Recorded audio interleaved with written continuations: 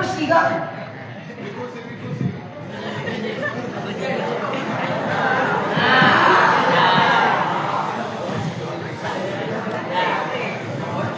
Surah apa? Hah? Apa itu? Betul.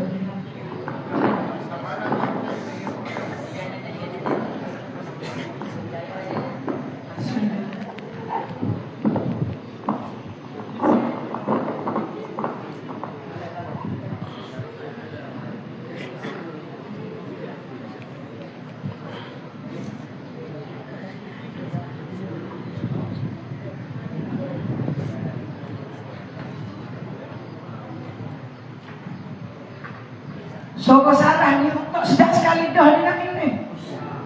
Hawa ni ngah sedap tak pakai Facebook lah. Dah, saya bawa ni Korea saya dah sedap kali dah.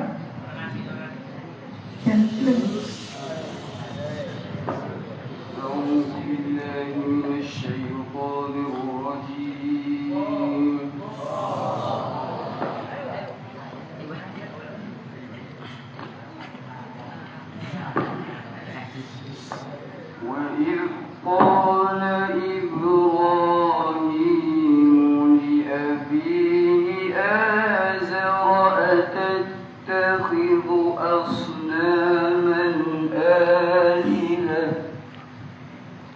إني أراك وقومك في ضلال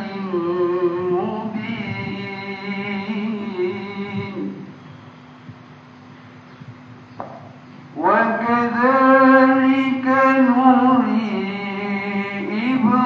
إبراهيم ملكوت السماوات والأرض وليكون من الموقنين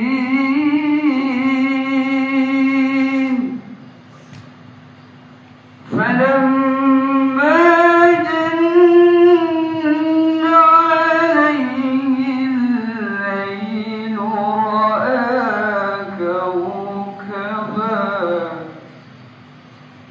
قال هذا ربي فلما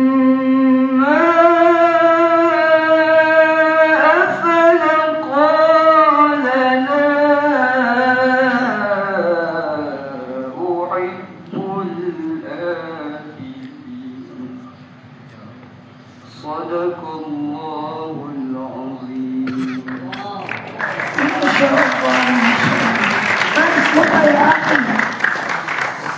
ما اسمك؟ اسمي محمد فوزان. محمد فوزان من السنة الأولى أو الثانية أو الثالثة؟ من السنة الثالثة. ما شاء الله تبارك الله عليك. Sekejap, nak bagi hadiah.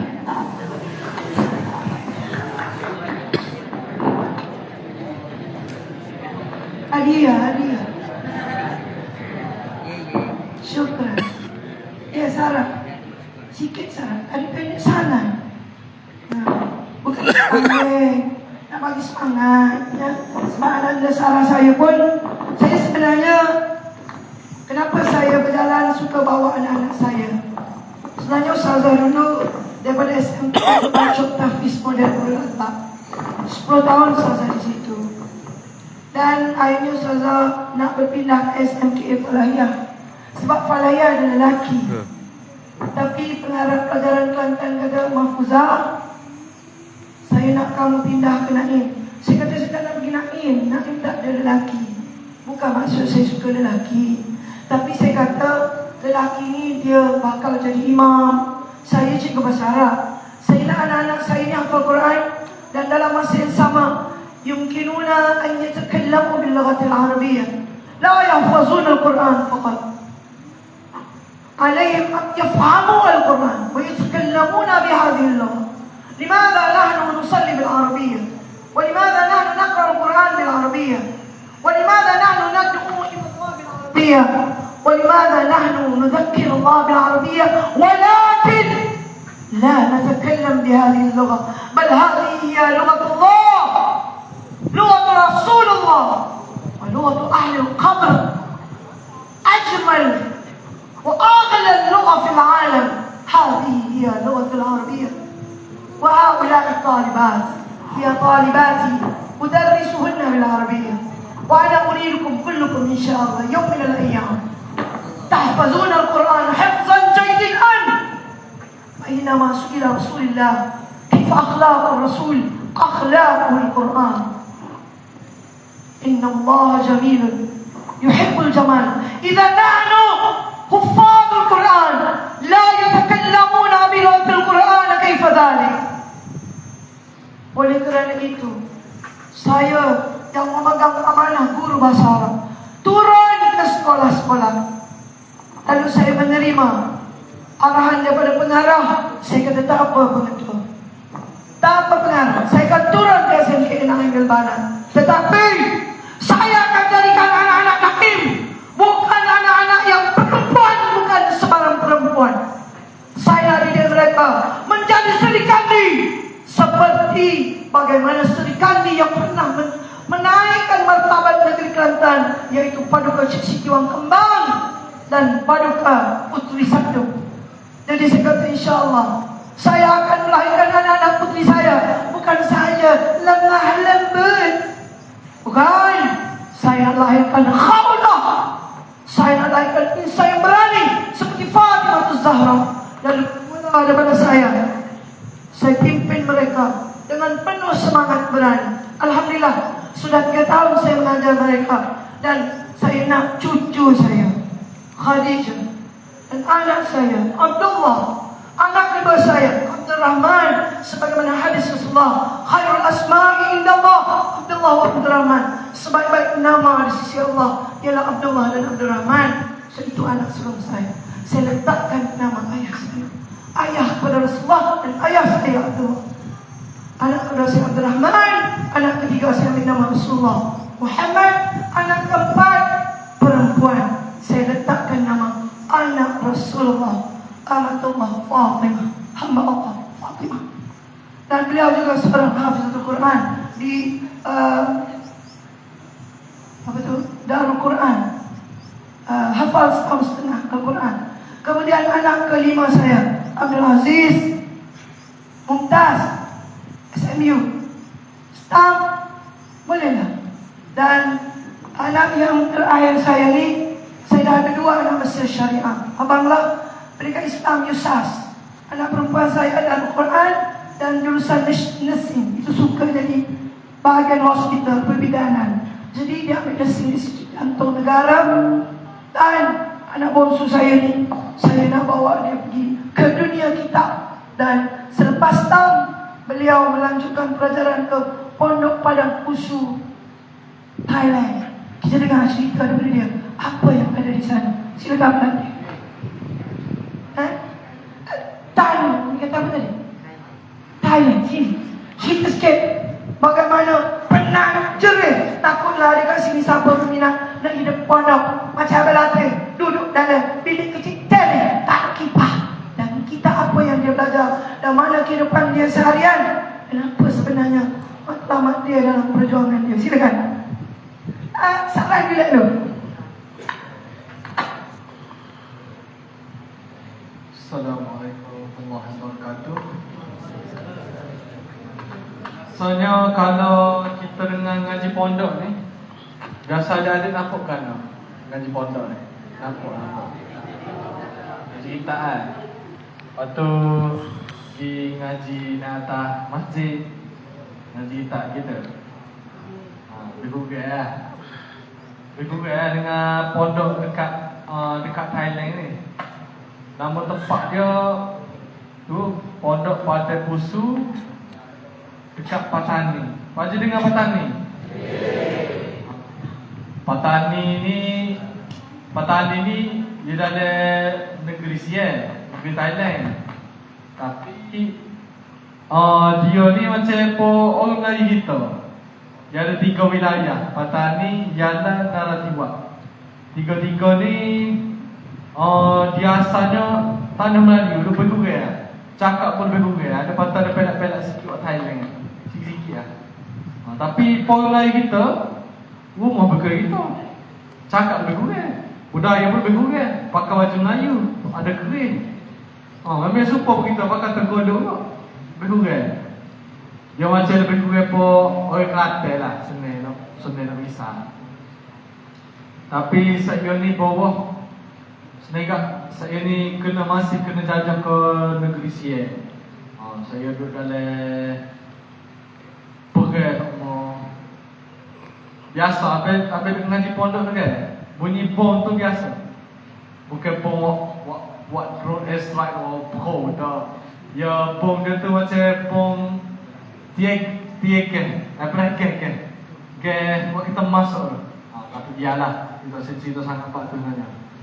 Tapi kalau Pak ngaji pondok dekat kenapa apa ngaji jauh sangat ni? So banyak sebab dia. Antara sebab utama adalah tempat dia berkat. Tok guru berkat, tempat berkat. Lepas tu lepas habis di sana memang sungguh. Apa tak pernah ada macam tok guru aling yang sungguh. Dia macam dekat oleh tok guru tu. Aling ada, pandai bijak sana ada, orang yang sangat rendah diri, terlalu rendah diri pada Tuhan. Dia agak dia nipu ustaz. Dia nipu biasa. Apa orang nampak dia ni ulama, orang kelih dia. Tapi dia orang sangat rendah diri. Tak apalah. Tapi arwah tu guru ambil pun dah ada dah. Lama dah. Lepas kematian dia juga sedih juga. Macam-macam ujian berlaku. Tapi alhamdulillah dah ni pondok kembali pada lancar. Lepas tu total pelajar dia macam pos sekolah dah 800 orang. Dah ada sama dah.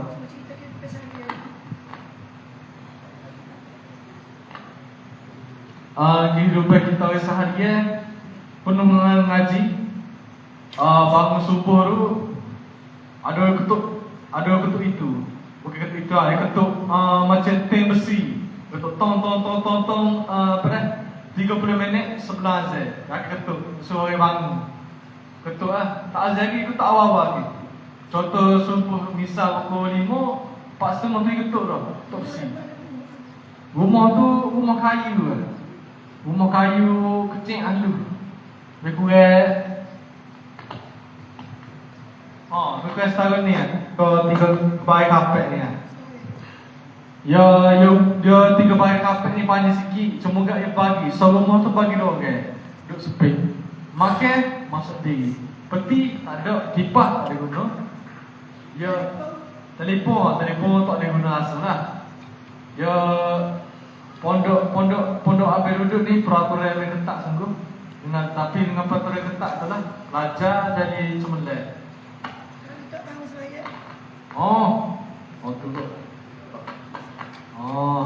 Sana ikutlah pelajar tu umur 40 kau, pelajar tu umur 12 kau, 7 tahun kau.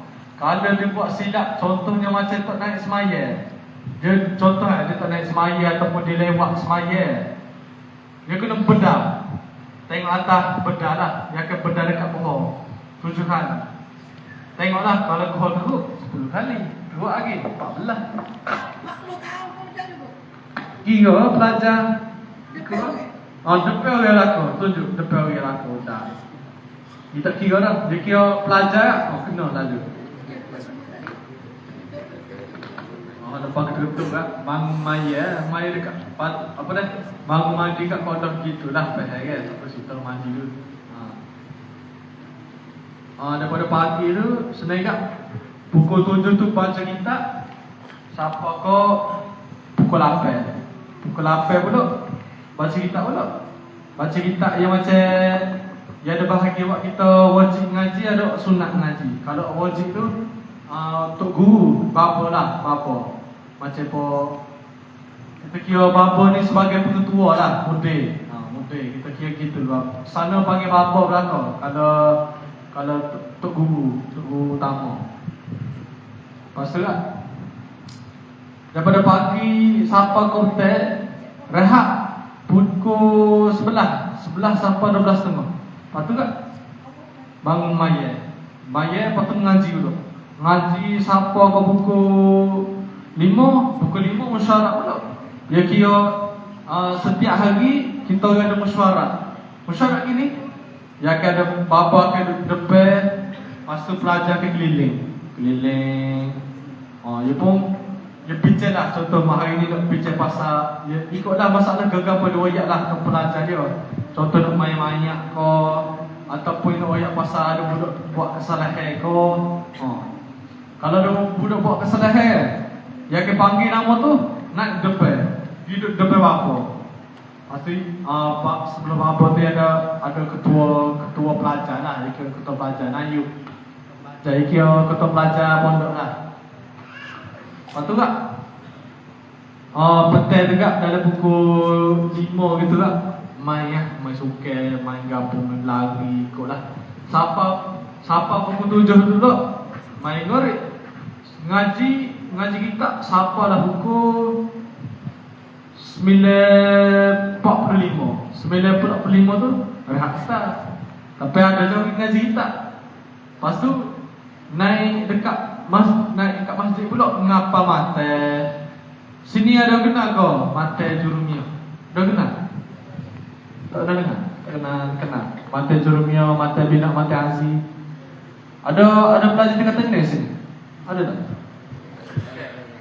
Ingat dengan pelajar tingkat tengah tidak boleh tanya lagi. Apalah. Senegak mata ni gak macam Nahu Soroh lah. Nahu Soroh kita kira mudah gitu lah. Mata naik ngapa? Mana gak habis ngaji ni pukul 11. Tapi ada je orang ngaji lagi. Ngaji sampai pukul 3 pagi tu. Ada orang sungguh apa tu? Sampai pukul 11 sampai ni kau. Jadi hari kita orang ni penuh dengan banyak ngaji tu. Penuh acak apa dah? Cegak jalan apa? Jalan situ, jalan sini. Disebabkan kita yang masuk Thailand ni, ya pakai pasport. Pakai pasport tak masuk paling lama sekali 2 bulan. Masuk paling sebentar sekali sebulan. Jadi kan masuk tu kita tak masuk. Dakwah. Setiap bulan pondok kita orang ni dia macam ke buat satu program dakwah. Yang ada satu kumpulan ataupun yang bahagi beberapa kumpulan yang pergi kat masjid. Pasti yang duduk kat yang tampuk kat masjid tu. Pasti dia akan panggil kampung. Mai kampung ikutlah mari untuk dia nak berdakwah. Dia akan mari ajak semaya. Lepas semaya tu dia akan dakwah. Gitulah.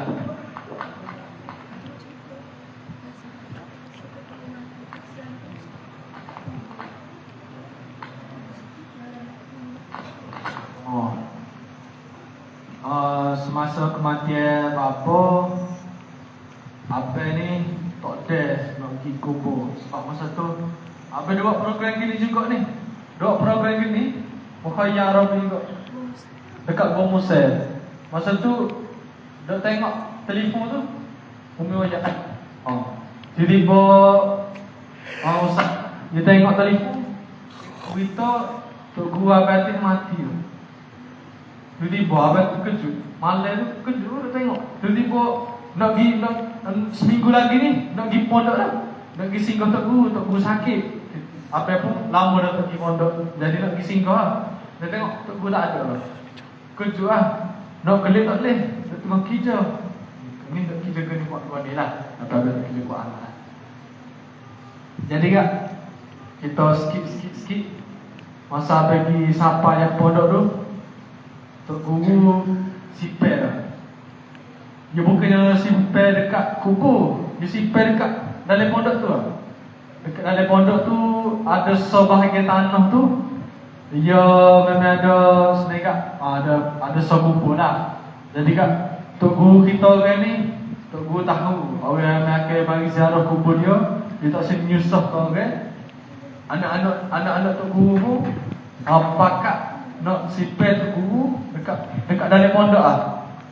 Mana gak orang nak mari singgah kubur tok guru tak payah pergi jemur tengah panas. Mana gak nak bawa kain ke mana gak susah lah. Kalau you mari pondok kat senang lah. Ada tempat yang makan, tempat kerja, tempat nak duduk ada. Semasa kematian bapa kita bapa apa ni? Dekat 10,000 orang ni.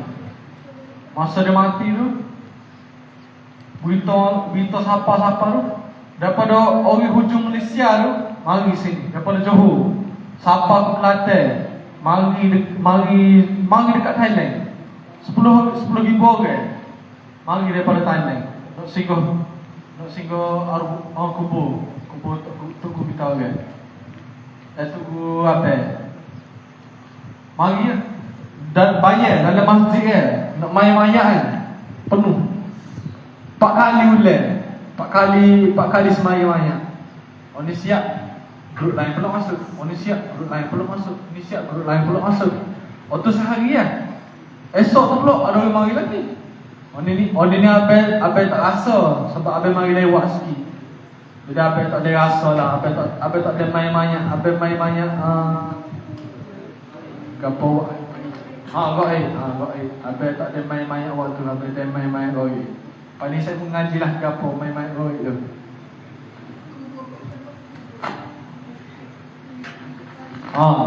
Selepas kematian bapa kita orang ni senaiknya yang macam amanah daripada kepada pelajar dia.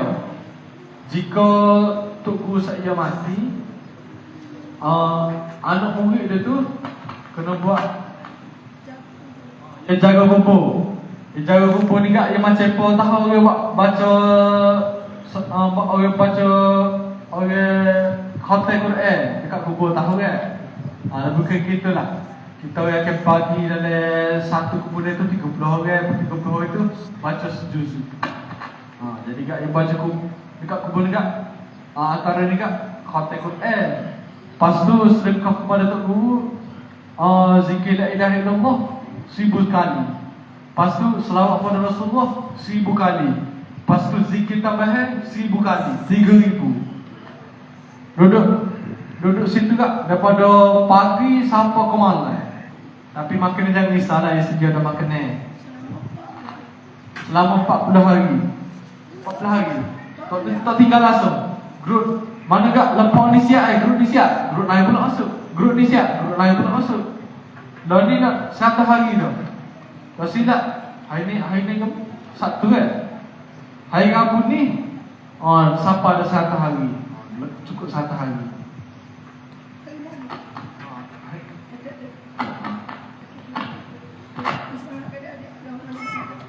Kalau macam nak ngaji pondok contoh rasa macam dia nak ngaji pondok, tapi nak ngaji pondok dia nak ngaji jauh ataupun nak ngaji dengan tempat wak molek sungguh. Bukan sini tempat molek tapi macam tu orang kata pengalaman ni tak rugi. Nak pergi sana ngaji sedap mulu.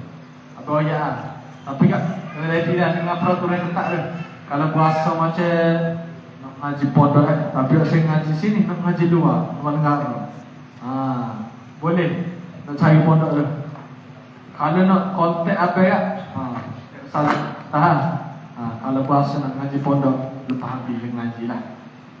Sekian itu saja daripada apa yang berkata. Assalamualaikum.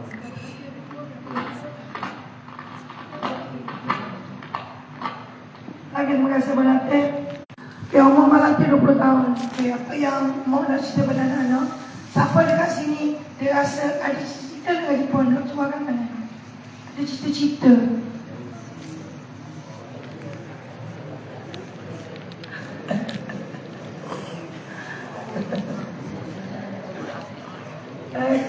Tak apa. Sekurang-kurangnya hari ni awak tahu.